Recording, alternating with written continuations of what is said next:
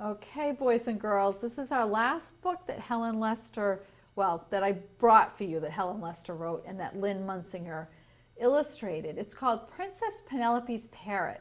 And if you see right up there, there's Princess Penelope. And look at the cover. What do you notice? Oops. It's her birthday, okay? And she gets a parrot for her birthday. And parrots usually repeat what people say. So we're going to read this book to find out what the parrot says. Princess Penelope's Parrot. And I want you to be thinking about what kind of a person this princess is, Princess Penelope. Princess Penelope's birthday was always a big occasion, and this year was no exception. So big stuff, like a big birthday sign and lots of presents. Look at her face. Princess Penelope's dress had ruffles on it, Princess Penelope's dress had ruffles on its ruffles on its ruffles. Look at how ruffly. Those are the ruffles. It's very poofy. Her presents were fabulous. Rollerblades studded with jewels. So see, all the jewels are on those rollerblades. A bathing suit woven from rare peacock feathers. A peacock is a bird, a very beautiful bird. And then a 16-wheeler. So instead of just a 2-wheeler or a 4-wheeler or a 3-wheeler, she's got 16 wheels on her bike. She gets everything she wants. The cake was 7 layers high and made with genuine llama's butter. The top of the cake was decorated with a golden cage. Within that golden cage was a beautiful parrot.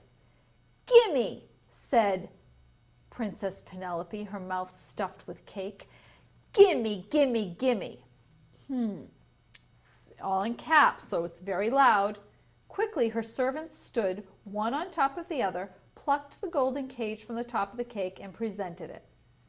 Okay, so her servants, they get everything for her. They take care of the house, they take care of her. So what are you thinking about Penelope? What kind of a princess is she? What kind of a person is she? Talk to the person next to you. Yeah, she's very spoiled.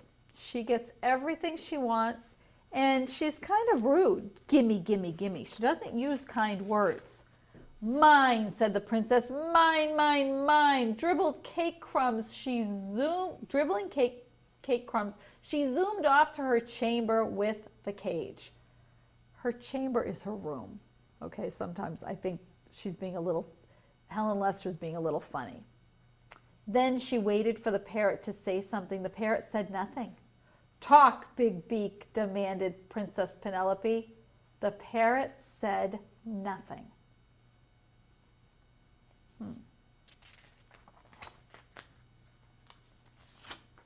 "Speak, or I'll rattle your cage." The parrot said nothing, and Princess Penelope grew annoyed. "All righty then, I'll put you on a ball and chain." The parrot looked miserable but said nothing. So why do you think Penelope is getting annoyed? Most of the time, parrots are supposed to say something. They repeat you. But this parrot is not. And she's speaking really loudly to him. And then she says, "I'm going to put you on a ball and chain." So she attaches a chain to his ankle and puts this big ball there. It's very heavy. It's a big weight. Of course, he's going to be miserable because he's not going to be able to go very far because that weight is so heavy. He can't fly. Gritting her teeth, the princess hissed, "Look, bird brain, I'm about ready to pluck your feathers out one by one." Still, the parrot said nothing. Furious, Princess Penelope marched right up to the cage, stared at the parrot nose to beak, and yelled, "Why don't you just get lost, knothead?" Wow, she is not very kind. She's calling him bird brain, knothead. But the parrot did not get lost. When she says get lost, that probably means that she wants him to just go away. Right? Why don't you just get lost? Why don't you just go away? But the parrot did not get lost. Probably couldn't go very far because he's got this ball and chain attached to him. It stood in silence, nibbling forlornly on the precious few bird seeds the princess flicked his way. So he just kind of nibbled and he looked up at her, very sad. Princess glared at the parrot, snarling, "Stupid buzzard." A buzzard is another name for a bird, another word. One day, Princess Penelope received a message that young Prince Percival would be stopping by her palace on his way to build sandcastles at the beach. Oh, let's see what happens. Although they had never met before, Princess Penelope had long ago decided that she would marry Prince Percival when she grew up. He was the richest prince in the land, not just a little rich, but rich, rich, rich. Look at that. She could just picture herself as Mrs. Prince Percival. She'd have diamonds sparkling from every toe and finger and a crown so heavy it would fold her ears. See, this is what she's, again, it's a thought bubble. She's picturing this is what's going to happen if she marries Prince Percival. The most precious of silks would cloak her right up to her royal nose. Maybe her royal nose would have a golden nose ring. She would make hundreds of lists for her servants. And this is kind of interesting because she writes, things I need, things I don't need but want. More things I want, things I want. Do this, do that. She orders her servants around. She's not very kind. Then she'd settle back on her velvet pillows to eat caviar cones and watch a 20-foot TV all day long. Wow, she would do everything she wanted. Caviar is a very expensive kind of food. It's actually fish eggs, very expensive. And she's saying she would munch on a caviar cone. I would much prefer an ice cream cone. Okay, let's see what's going to happen. But enough dreaming. Now she must get ready to make a fine impression on the prince. She chose her poofiest dress, arranged a new hairstyle, and struggled into her highest heels. Okay, so if you didn't know what the word fine impression meant, let's think about that. She wants to make a fine impression on the prince, so she chooses her poofiest dress, arranged a new hairstyle, and struggled into her high heels. If she wants to make an impression, that means she's trying to dress up and make it so that the prince really likes her. Okay, so she wants him to be thinking that she is the one that he will marry. So she's dressing up to make a really good impression. As she clippy-clopped about, tidying her room, leaving out only her most expensive toys, she came across the parrot. Stupid buzzard, she thought. Would the prince be impressed by this useless bird? Absolutely not. Never. So she doesn't think the bird is going to impress him, and she wants to make this good impression, right? So let's see what happens. What does she do to the bird? She hid the bird behind the curtains. So can you see where the bird is? Look at the ball and chain. You can see his feet right there. There, now everything was perfect. Princess Penelope put on her sweetest smile, sat upon her throne, her chair, that's her throne, and waited to dazzle the prince. Clump, clump, clump. Princess Penelope put her hand to her ear. This must be her prince. Clump, clump, clump. She could just imagine him galloping up on his fine white horse. Let's see. Clump, clump. Prince Percival galloped into Prince Penelope's chamber. No horse. That's kind of funny. That's the horse. But impressive feet. Look at his shoes. And nice shoes. Whoosh! Princess Percival bowed deeply, See, he took a bow, and he held out a huge bouquet of roses. A bouquet is like a big clump of flowers, okay? So it's not a real horse. It's kind of funny, right? She's picturing him galloping, galloping. He's clumping, but he's got nice shoes with jewels. And look at what she says to him. Well, listen to what happens. "Gimme," said the parrot from behind the curtain. "Gimme, gimme, gimme." Prince Percival gulped and handed over the roses. So let's think about who Prince Percival thinks is talking. Right now, the parrot is talking. "Mine," squawked the parrot. "Mine, mine, mine." Princess Percival's eyebrows twitched. How could someone with such a sweet smile say such rude things? "Talk, Big Beak." The prince scratched his nose and thought that just maybe he wanted to be somewhere else. So what do you think? Who do you think the prince thinks is talking? He doesn't really see the parrot from behind the curtain, right? He says, "Gimme, gimme, gimme." Now he's saying, "Mine, mine, mine." But he doesn't see the parrot. He thinks that the princess is saying that. So he doesn't want to be around her, right? Because she's being rude. Well, he thinks so. Then the parrot screamed, "Speak or I'll rattle your cage." Cage, cage. Prince Percival felt trapped. As he moved toward the door, the parrot screeched, "All righty then, I'll put you on a ball and chain. Look, bird brain, I'm about ready to pluck your feathers out one by one."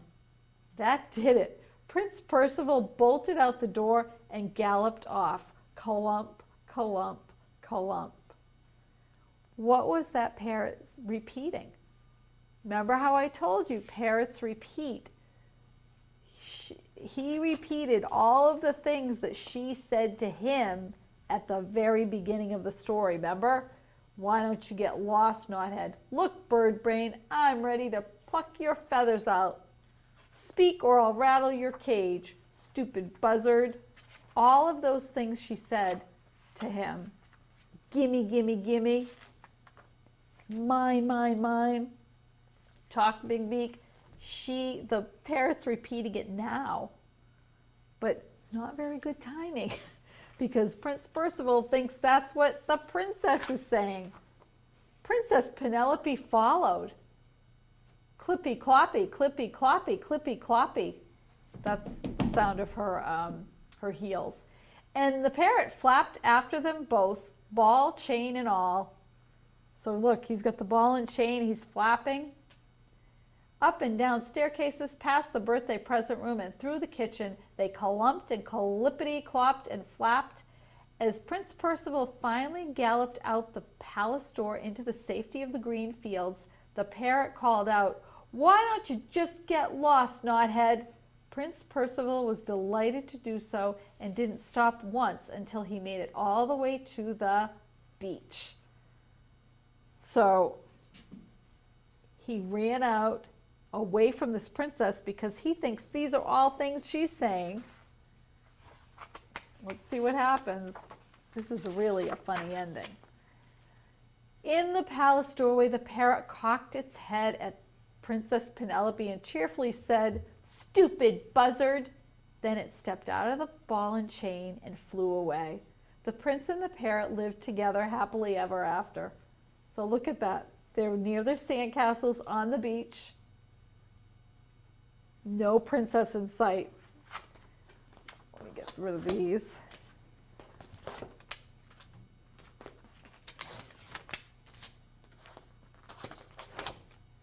Princess Penelope was horribly embarrassed, but she got over it. And in no time, she went right to work in front of her mirror, practicing her sweetest smile, just in case the second richest prince in the land should come her way one day.